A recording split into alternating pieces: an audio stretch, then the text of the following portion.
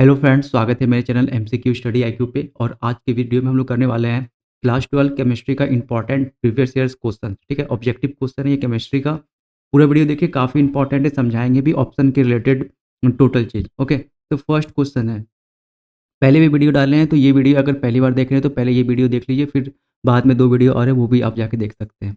First question कर रहा है, सारा प्रीवियस ईयर का क्वेश्चन है और रिपीटेड क्वेश्चन है। 2024 के एग्जाम में भी कुछ ऐसा क्वेश्चन देखने को मिला था। पहला क्वेश्चन कर रहा है, अल्कोहल का क्रियाशील मूलक है, फंक्शनल ग्रुप ऑफ अल्कोहल। तो बताना अल्कोहल का फंक्शनल फंक्शनल ग्रुप में अल्कोहल में कौन सा फंक्शनल ग्रुप ऐड होता है। तो देखो सब, तो ऑप्शन नंबर डी तो यहाँ हो जाएगा राइट आंसर। अल्कोहल में क्या आता है तो OH आता है। अब बात करते हैं यहाँ पे CHO, इसे बोलते हैं कार्बोक्सिलिक एसिड। क्या बोलते हैं, तो इसे भी याद रखना है, इसे क्या बोलते हैं carboxylic acid. Carboxylic acid, carboxylic acid, ठीक है। तो इसे बोलते हैं एल्डिहाइड। इसे क्या बोलते हैं, इंग्लिश में भी इसे एल्डिहाइड बोलते हैं, बस स्पेलिंग आपको इंग्लिश में लिख लेना है, एल्डिहाइड, हाइड। ठीक है, ये देखो ये क्या है, ये कुछ ऐसे भी कहीं आपको बना मिलेगा, C डबल बॉन्ड। दोनों तरफ से जो है मतलब दोनों तरफ से एल्काइल ग्रुप ऐड हो सकता है, तो इसे बोलते हैं कीटोन। इसे क्या बोलते हैं कीटोन। ये कैसा समूह है, ये कैसा ग्रुप है, तो कीटोन है। तो इन चारों को अच्छे से याद रखना, इसी चारों के रिलेटेड आपको क्वेश्चन पूछता ज़्यादा। तो ये एसिड है कार्बोक्सिलिक एसिड, ये एल्डिहाइड है CHO। कहीं कहीं ऐसे पूछ देगा, CHO लिखा मिल देगा, कार्बन डबल बॉन्ड OH। ठीक है, यहाँ पे देखो H, यहाँ पे कोई R या अल्काइल ग्रुप CH3 वगैरह ऐड हो जाता है। देखो ये इधर फिक्स रहता है, इधर कुछ ऐड नहीं हो, क्योंकि यहाँ पे हाइड्रोजन ऑलरेडी ऐड हो चुका है, लास्ट में आ गया। ठीक है, लेकिन कीटोन में क्या होता है, दोनों तरफ से वो ऐड हो सकता है कार्बोनिल ग्रुप। तो ये बात, यही डिफरेंस है कीटोन और एल्डिहाइड में। एल्डिहाइड में अंतिम में H जो है ये फिक्स हो जाता है, यहाँ इसके बाद अब कुछ ऐड नहीं होगा। बट कीटोन में दोनों तरफ क्या होता है, खुला रहता है। तो यहाँ से भी अल्काइल ग्रुप, अब यहाँ से भी अल्काइल ग्रुप ऐड हो जाता है। तो याद रखना ये क्या है, आपका कीटोन है ये। तो चारों फंक्शनल ग्रुप के बारे में बता दिए। करते हैं नेक्स्ट क्वेश्चन। नाइट्रिक अम्ल का सूत्र है, what is the formula of nitric acid. Easy question है, सबको पता है। HNO3 क्या होता है, नाइट्रिक एसिड होता है, स्ट्रॉन्ग एसिड होता है नाइट्रिक एसिड। तो ये भी पता, आपको याद रखना। ऑप्शन नंबर ए हो जाएगा राइट आंसर। कॉपर धातु का शोधन किस विधि द्वारा किया जाता है, by which method copper metal purified. तो ऑप्शन नंबर ए हो जाएगा यहाँ पर विद्युत अपघटनीय विधि, विद्युत अपघटनीय विधि। अच्छा, इसमें एक क्वेश्चन पूछता है, सल्फाइड अयस्कों को कैसे संकेंद्रित किया जाता है। तो याद रखना, सल्फाइड सल्फाइड के अयस्कों को फेन उत्प्लावन विधि, फेन उत्प्लावन विधि, ये पिछले वाले वीडियो में बताया है।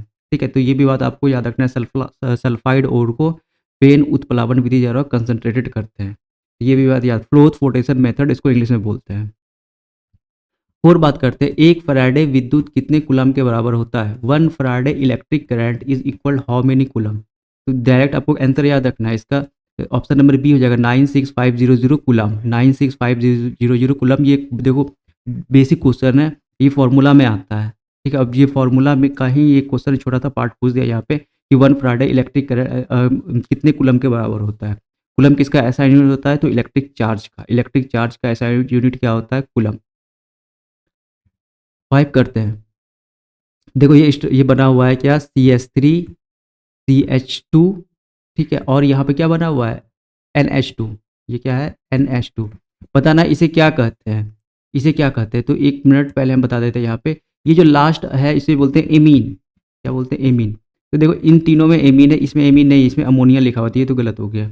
अब इसका नाम क्या होगा, देखो यहाँ पे 2 कार्बन है, तो 2 कार्बन को हम लोग क्या बोलते हैं, मेथ एथ, यानी ये क्या हो जाएगा, मेथ एथ, यानी ethyl amine. Option number A क्या हो जाएगा यहाँ पर राइट आंसर। तो ऐसे हम लोग इस क्वेश्चन को बनाया जाता है। तो इसे, ये फंक्शनल ग्रुप है, ये फंक्शनल ग्रुप इसे क्या बोलते हैं, एमीन का फंक्शनल ग्रुप है। जैसे यहाँ बताए थे फर्स्ट क्वेश्चन में, ये सब भी फंक्शनल ग्रुप बताए थे। तो ये किसका फंक्शनल ग्रुप है, NH2, तो एमीन का है। उसके बाद एमीन के साथ 2 अल्काइल ग्रुप ऐड है, 2 कार्बन का 1 और 2। तो ये क्या हो जाता है, मैथ और एथ, यानी ये क्या हो जाएगा, इथाइल एमीन। बात करते हैं नेक्स्ट। शुद्ध जल का पीएच मान क्या होता है, ये बताना है। तो शुद्ध जल का पीएच मान क्या होता है, 7। 7 पे क्या होता है, न्यूट्रल। अगर बात करते हैं पीएच स्केल का, तो 7 पर न्यूट्रल हो जाता है। जैसे हम आगे बढ़ते हैं 8 9, फिर ये 10, फिर ये 11, फिर यहाँ पे 14, लास्ट में क्या होता है 14, तो इधर क्या हो जाता है, क्षार। फिर जैसे यहाँ कम हो जाता है, यहाँ पे कम होने लगता है 6 5 करके लास्ट में 0 तो पहुँचते हैं, तो इधर क्या हो जाता है, अम्ल। इधर एसिड हो जाता है और इधर बेस। और 7 पर 7 पे क्या होता है, न्यूट्रल हो जाता है। पानी का बात करते हैं तो 7 पे क्या होता है, न्यूट्रल हो जाता है। शुद्ध जल का पीएच क्या होता है, 7। शुद्ध का बात कर रहा है, ठीक है, तो 7 होता है। अच्छा, ये जो पूरा स्केल है, ये 25 डिग्री टेम्परेचर पे फिक्स रहता है। तो ये भी बात आपको याद रखना है, ये जो स्केल है ये 25 डिग्री टेम्परेचर पे ही काम करता है। टेम्परेचर बढ़ाने घटाने से ये मान भी इधर उधर होता है। तो हम लोग का जो हम लोग जो स्केल पढ़ते हैं कि 7 पे न्यूट्रल होता है, तो ये एट 25 डिग्री सेल्सियस, ये 25 डिग्री पे फिक्स रहता है। अच्छा, अगर पूछेगा ये स्केल बनाया किसने, किस साइंटिस्ट ने, तो सोरेनसन ने। सोरेनसन ने इस स्केल को बनाया था, ये पीएच स्केल को। इसे हम लोग क्या बोलते हैं, पीएच स्केल। तो ये भी बात याद रखना है। तो शुद्ध जल का मान क्या होता है, 7 पे। 7 से कम होने पे वो एसिड बन जाता है, 7 से ज़्यादा जाता है तो क्षार यानी बेस बनने लगता है। आवर्त सारणी के ग्रुप फर्स्ट के तत्वों को जाना जाता है। The element of group first of periodic table known as. देखो ये भी काफ़ी इंपॉर्टेंट क्वेश्चन है, पहले ही बताए थे कल वाले वीडियो में। देखो फर्स्ट ग्रुप में जितने भी एलिमेंट है उसे क्षारीय धातु कहते हैं। अल्कली मेटल के नाम से जाना जाता है फर्स्ट ग्रुप वाले को। किसे, अल्कली ग्रुप से। बहुत इंपॉर्टेंट इजी क्वेश्चन है, आराम से एक नंबर मिल जाएगा। अच्छा, बात करते हैं, अगर पूछा ग्रुप टू, मतलब ग्रुप टू के तत्वों को क्या कहा जाता है, ग्रुप सेकंड के। बस क्षारीय धातु के बीच में भूमि आ जाता है, जिसे बोलते हैं अल्कलाइन अर्थ मेटल। क्या बोलते हैं, अल्कलाइन अर्थ मेटल। बात करते हैं ये इनर्ट गैस, तो ग्रुप 18वां। ठीक है, ये तो सबको पता होगा। 18वां पीरियड में को क्या बोलते हैं, 18वां ग्रुप को, सॉरी, अक्रिय गैस बोलते हैं, इनर्ट गैस बोलते हैं। ओके, तो ये बात याद रखना। तो इसके लिए अभी के लिए ऑप्शन नंबर ए हो जाएगा यहाँ पर राइट आंसर। ग्रुप फर्स्ट को क्या बोलते हैं, अल्कली मेटल। ग्रुप सेकंड को अल्कलाइन अर्थ मेटल। ये भी एग्जाम में पूछा हुआ है क्वेश्चन, रिपीट करता है क्वेश्चन। और क्वेश्चन नंबर सी, अक्रिय गैस को ग्रुप 18, यानी ग्रुप 18 के तत्वों को अक्रिय गैस बोलते हैं, वो रिएक्ट नहीं करता है। हीलियम का सूत्र है, what is the formula of helium. देखो काफी इंपॉर्टेंट क्वेश्चन है, इजी भी है। तो एच ई को, ये प्रीवियस ईयर का क्वेश्चन है, ये शायद 2019 के या 18 में मिला के ले रहे हैं क्वेश्चन जो इंपॉर्टेंट है। तो 2018-19 के बीच का ये क्वेश्चन है। तो देखो हीलियम का फॉर्मूला, ये किसका फॉर्म, हीलियम का फॉर्मूला क्या होता है, एच ई। ये कुछ नहीं होता है। बात करते हैं ये एच जी, इसे क्या बोलते हैं हम लोग, पारा। क्या बोलते हैं, ये पारा, मरक्यूरी, मरक्यूरी। ठीक है, और ये डब्लू किसे बोलते हैं, टंगस्टन को। डब्लू किसे बोलते हैं हम लोग, तो टंगस्टन को। ठीक है, ये टंगस्टन, टंगस्टन का सिंबल क्या होता है, डब्लू, या फॉर्मूला क्या होता है, डब्लू। पारा, एच जी। ठीक है, ये एकमात्र मेटल है जो लिक्विड रहता है रूम टेम्परेचर पे। कौन सा, पारा। तो ये भी बात आपको याद रखना है। और अभी के लिए आंसर क्या हो जाएगा, ऑप्शन नंबर ए, हीलियम, जो हो जाएगा यहाँ पे राइट आंसर।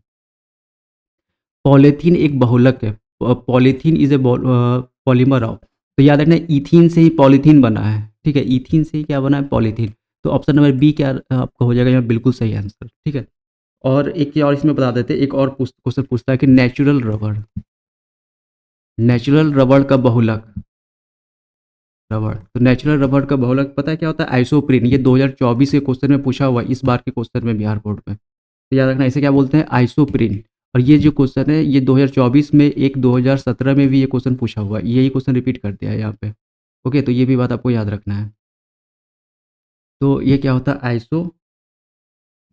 आइसोप्रीन, आइसोप्रीन यानी आइसोप्रीन। ठीक है, ये पिछले वाली वीडियो में बताए हुए हैं। तो आइसोप्रीन नाम याद रखना है, नेचुरल रबड़ के क्या चीज़ है, ये बहुलक है, पॉलीमर है। यही 2-3 क्वेश्चन रिपीट करता है। और पॉलीथीन का, तो इथीन से ही पॉलीथीन बनाया, तो ऑप्शन नंबर बी हो जाएगा यहाँ क्या राइट आंसर। पेट में अत्यधिक अम्ल बनने से रोका जा सकता है। How can be excessive acid formation in the stomach can be prevented. तो याद रखना, एसिड जो होता है पेट में, कौन सा एसिड रहता है, तो हाइड्रोक्लोरिक एसिड। तो जब ये एसिड ज़्यादा हो जाता है तो पेट क्या होता है, फूलने लगता है, दर्द करता है। तो इस एसिड को न्यूट्रलाइज करने के लिए, कम करने के लिए हम बेस का यूज करते हैं। किसका यूज करते हैं, एसिड को कौन न्यूट्रल करता है, तो बेस करता है। और कौन सा, और उसी बेस को क्या बोलते हैं हम लोग, एंटा एसिड, प्रत्येक अम्ल। ठीक है, एंटा एसिड इसे बोलते हैं। अगर पूछा जाएगा एंटा एसिड में सबसे कॉमन चीज़ क्या यूज करते हैं, तो मैग्नीशियम हाइड्रोक्साइड का यूज करते हैं, MgOH। MgOH क्या है, एक स्ट्रॉन्ग बेस है, याद रखना है। H2SO4 क्या है, ये बताना है, H2SO4 क्या है। तो याद रखना, द्विभस्मिक अम्ल है, डायबेसिक एसिड है। कल वाले वीडियो में इस बात को हम अच्छे से बताएं, कौन सा द्विभस्मिक होता है, कौन सा एक या कौन सा तीन। ठीक है, तो याद रखना यहाँ पे 2 हाइड्रोजन है, तो 2 हाइड्रोजन क्या होता है, इसका बाहर हो जाता है। और जो ये जो भस्म अम्ल क्या होता है, जो H+ वाटर में क्या प्रदान करे, H+। और बेस क्या होता है, जो वाटर में OH- में क्या करे, प्रदान करे। तो याद रखना है, द्विभास्मिक अम्ल होता है क्योंकि यहाँ पे 2 हाइड्रोजन है। और ये स्ट्रॉन्ग एसिड होता है, सल्फ्यूरिक एसिड। और कैसा एसिड है ये, डायबेसिक। अच्छा ये 11 नंबर है ना ये। एक और याद कर लेना, H3PO4। देखो यहाँ पे 2 है तो डाई बेसिक, सब कुछ सही है। पीओ यहाँ पे SO4 है, बस यहाँ पी आ गया, तो H3PO4 ये होता है, ये आपका होता है त्रिभस्मिक। कौन सा? त्रिभस्मीय अम्ल। त्रिभस्मीय अम्ल कौन सा? H3PO4। इससे भी क्वेश्चन पूछा हुआ है। H3PO4 कैसा होता है? त्रिभस्मीय अम्ल। एक हाइड्रोजन बढ़ा करके यहाँ पे S की जगह क्या आ गया है? P आ गया है। बस इतना आपको याद रखना। ये कैसा बन गया है? 3 बन गया है। और H2SO4 कैसा होता है? द्विभस्मीय अम्ल होता है, स्ट्रॉन्ग एसिड होता है। लोहे का मुख्य अयस्क है। The main ore of iron is. तो देखो तीनों से लगभग हम लोग आयरन प्राप्त करते हैं, ठीक है। अगर तीनों, तो यहाँ क्या हो जाएगा? Right answer. अगर यहाँ तो ऑप्शन नंबर डी सही है, बट कोई कोई बुक में जो हेमेटाइट किया गया है। देखो हेमेटाइट से भी आयरन निकालते हैं, ये दोनों भी आयरन का ही अयस्क होता है। इन दोनों से भी आयरन निकालते हैं, तो ऑप्शन नंबर सी और डी दोनों सही होगा। तो अगर इन दोनों में से कोई एक लगा दोगे सही हो जाता है, ठीक है। सही है दोनों आंसर। इन सब से भी, ये सब भी आयरन का ही ओर है। लेकिन यहाँ ये जो है प्रचलन में रहता है हेमेटाइट इंडिया में, ठीक है। इंडिया में जो है हेमेटाइट ओर का मात्रा ज़्यादा है। तो ऑप्शन नंबर सी बहुत सारे बुक में लिखे हैं, लेकिन मेरे ख्याल से ऑप्शन नंबर डी होना चाहिए यहाँ पे। अब बताना है यहाँ पे K4 ये कॉम्प्लेक्स है, कॉम्प्लेक्स कंपाउंड है K4 FeCN4 में Fe का ऑक्सीकरण क्या होता है? ये इजी ऐसा क्वेश्चन पूछता है। हमें किसका पूछना बताना है? Fe का, आयरन का बताना है। तो जिसका बताना रहता है उसे हम एक्स मान लेते हैं। क्या मान लेते हैं? एक्स मान लेते हैं। एक्स, ठीक है। अब देखो ये पहला ग्रुप का है, तो पहला ग्रुप में जितने भी तत्व हैं उसका ऑक्सीडेशन स्टेट +1 होता है। और Cn क्या होता है? नेगेटिव चार्ज होता है, इसका -1 होता है, इसका रेडिकल का वैल्यू। तो -1 किसका हो गया? Cn का ऑक्सीडेशन स्टेट क्या हो जाएगा? -1। और ये पहला ग्रुप का है, तो पहला ग्रुप में पोटासियम आता है, तो इसका +1 होगा। तो देखो 4 पोटासियम है, तो कैसे इसको निकालते हैं? +1 × 4। ये पूरा पोटासियम का लिखे हैं प्लस। जैसे एलिमेंट खत्म होता है तो प्लस डालते हैं। देखो जैसे एलिमेंट यहाँ पर दूसरा आ गया Fe, क्या डाल दिया? प्लस। Fe का निकालना है तो प्लस, ठीक है। उसके बाद क्या पता है? इसका -1 होता है Cn का, याद रखना है ये सब चीज़। -1 होता है Cn का, तो कितना माइनस है यहाँ पे? हो जाएगा 4 Cn है, तो -4 हो जाएगा। ठीक इसी तरह इक्वल्स टू क्या करते हैं? 0। अगर यहाँ पे सपोज माइनस आ जाता तो यहाँ -1 लिखते, 0 नहीं लिखते। अगर +1 रहता चार्ज तो यहाँ +1 लिखते। ना तो यहाँ पे प्लस है ना तो नेगेटिव है, तो क्या लिखेंगे? 0। अब देखो यहाँ पे 4,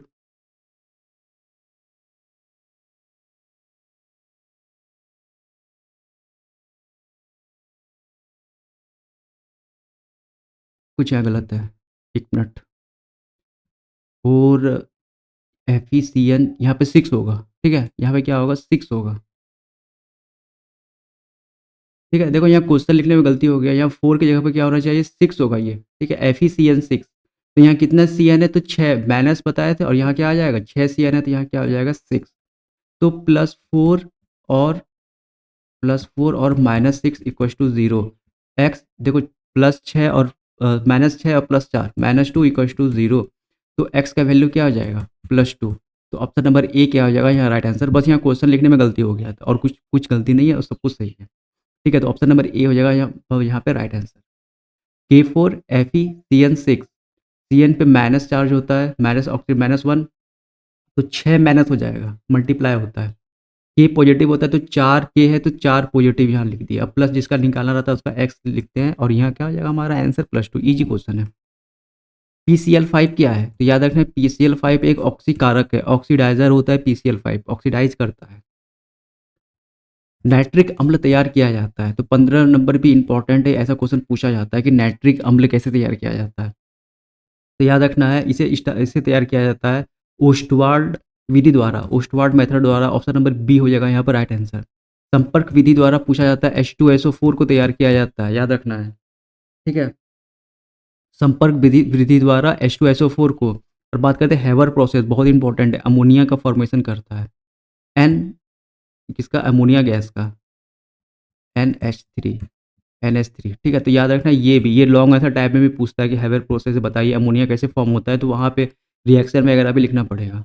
तो अभी तो ऑब्जेक्टिव है, तो याद रखना ऑब्जेक्टिव में क्या पूछा है कि नाइट्रिक अम्ल ओस्टवाल्ड विधि द्वारा तैयार किया जाता है, और संपर्क विधि से H2SO4 का निर्माण किया जाता है, और हवर प्रोसेस से NH3 का। कहाँ पे? तो लैब में। ये सब कहाँ पे? इंडस्ट्री में ये सब चीज़ का तैयार किया जाता है।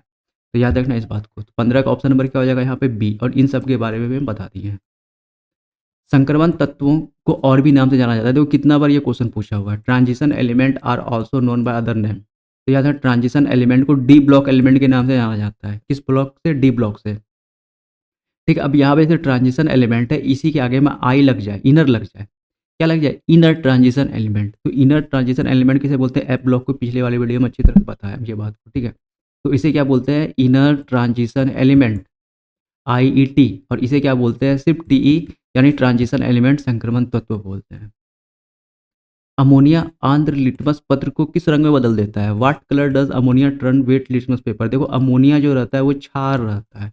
क्या रहता है? क्षार, बेस रहता है। और हमें पता है कि बेस क्या करता है? लाल लिटमस को ब्लू में चेंज करता है। एक ट्रिक याद रखना, ए से एसिड, बी से ब्लू और आर से रेड। देखो ए के बाद क्या होता है? बी, बी से ब्लू, ब्लू। ठीक है, तो एसिड क्या करता है? ब्लू लिटमस को क्या किस में चेंज करता है? लाल में चेंज करता है। तो ठीक इसका उल्टा क्या करता है? क्षार, यानी बेस क्या करेगा? लाल को ब्लू में चेंज कर देता है। तो ऑप्शन नंबर बी क्या हो जाएगा यहाँ पर राइट आंसर। तो ये भी बात आपको याद रखना है। पहले तो अमोनिया कैसा होता है? क्षारीय होता है, बेसिक होता है। और जैसे हम इसे लिटमस पेपर में डालते हैं तो ब्लू से क्या लिटमस पेपर किस में चेंज हो जाता है? सॉरी, रेड से क्या बन जाता है? वो ब्लू नीला बन जाता है। निम्नलिखित में से कौन सा गैस एकल प्राणविक है? ठीक है, which of the following gas is mono atomic? ठीक है, मोनो एटोमिक गैस पूछ रहा है यहाँ पे, यानी उसका फॉर्मूला सिर्फ ऐसे हो, सिर्फ यहाँ पे एक आए। तो याद रखना यहाँ पे देखो जितने भी इनर्ट गैस होते हैं वो कैसे होते हैं? मोनो एटोमिक होते हैं, यानी ऑप्शन नंबर बी हो जाएगा यहाँ पर राइट आंसर। बात करते हैं क्लोरीन, तो ये हर समय नेचर में दो में एग्जिस्ट करते हैं। Cl2 लिखा रहेगा, नाइट्रोजन के बगल में 2 लिखा रहेगा, ऑक्सीजन के बगल में क्या लिखा रहेगा? 2। लेकिन हीलियम और जितने भी इनर्ट गैस है सब में क्या लिखा रहता है? सिर्फ He लिखा रहेगा। तो याद रखना ऑप्शन नंबर बी हो जाएगा यहाँ पे। हीलियम जो होता है वो मोनो एटॉमिक रहता है। ओके, तो ऑप्शन नंबर बी हो जाएगा यहाँ क्या हमारा राइट आंसर। सुक्रोज का सूत्र पूछ रहा है, बहुत ही इंपॉर्टेंट और इजी क्वेश्चन है। सुक्रोज का सूत्र क्या होता है? तो option number B C12H22O11, C12H22O11। तो 19 का हो जाएगा यहाँ पे, ऑप्शन नंबर बी हो जाएगा हमारा राइट आंसर। देखो अब इसका IPAC नेम पूछ रहा है, ठीक है, यानी IPSC नेम पूछ रहा है। इसका क्या होता है? CH3CHO का IPAC नेम क्या है? The IPAC name of CH3CHO is. तो याद रखना यहाँ इसे बोलते हैं एसिड। इसे क्या बोलते हैं? एसिड या अम्ल के नाम से जानते हैं, अम्ल। और यहाँ कितना कार्बन है? तो एक कार्बन और दो कार्बन, यानी दो कार्बन क्या बोलते हैं? इथेनोइक। तो क्या हो जाएगा? Ethanoic acid. इसे क्या बोलेंगे? Ethanoic acid. Option number B हो जाएगा राइट आंसर। तो IPSC नेम क्या हो जाएगा इस कंपाउंड का? Ethanoic acid. ठीक है, ये क्या होता है? अम्ल होता है। अब बात करते हैं ऑप्शन नंबर ए का, तो इसका फॉर्मूला याद रखना है CH3COOH, सॉरी HCOOH। फिर से लिख देते हैं यहाँ पे, इसका क्या होता है? HCOOH। ठीक है, इसे क्या बोलते हैं? मिथेनोइक अम्ल। ये कहाँ पाया जाता है? तो रेड आंट, चींटी वगैरह में ये पाया जाता है। तो ये ऑप्शन नंबर ए भी आपको अच्छे से याद रखना है कि मिथेनोइक अम्ल किसे बोलते हैं? HCOOH को क्या बोलते हैं? मिथेनोइक अम्ल, जो कि चींटी के डंक में पाया जाता है। और इसका नेम क्या हो जाएगा? दो कार्बन लगा हुआ है, तो दो को क्या बोलते हैं? इथेनोइक अम्ल। तो ये भी इंपॉर्टेंट है। तो चलो आज की वीडियो में हम लोग इतना रहने देते हैं। देखो सारा का ऑप्शन भी हम क्या कर रहे हैं? डिस्कस किए हैं। तो वीडियो को जरूर शेयर करिए और चैनल को सब्सक्राइब करिए। और ठीक है, ऑल द बेस्ट।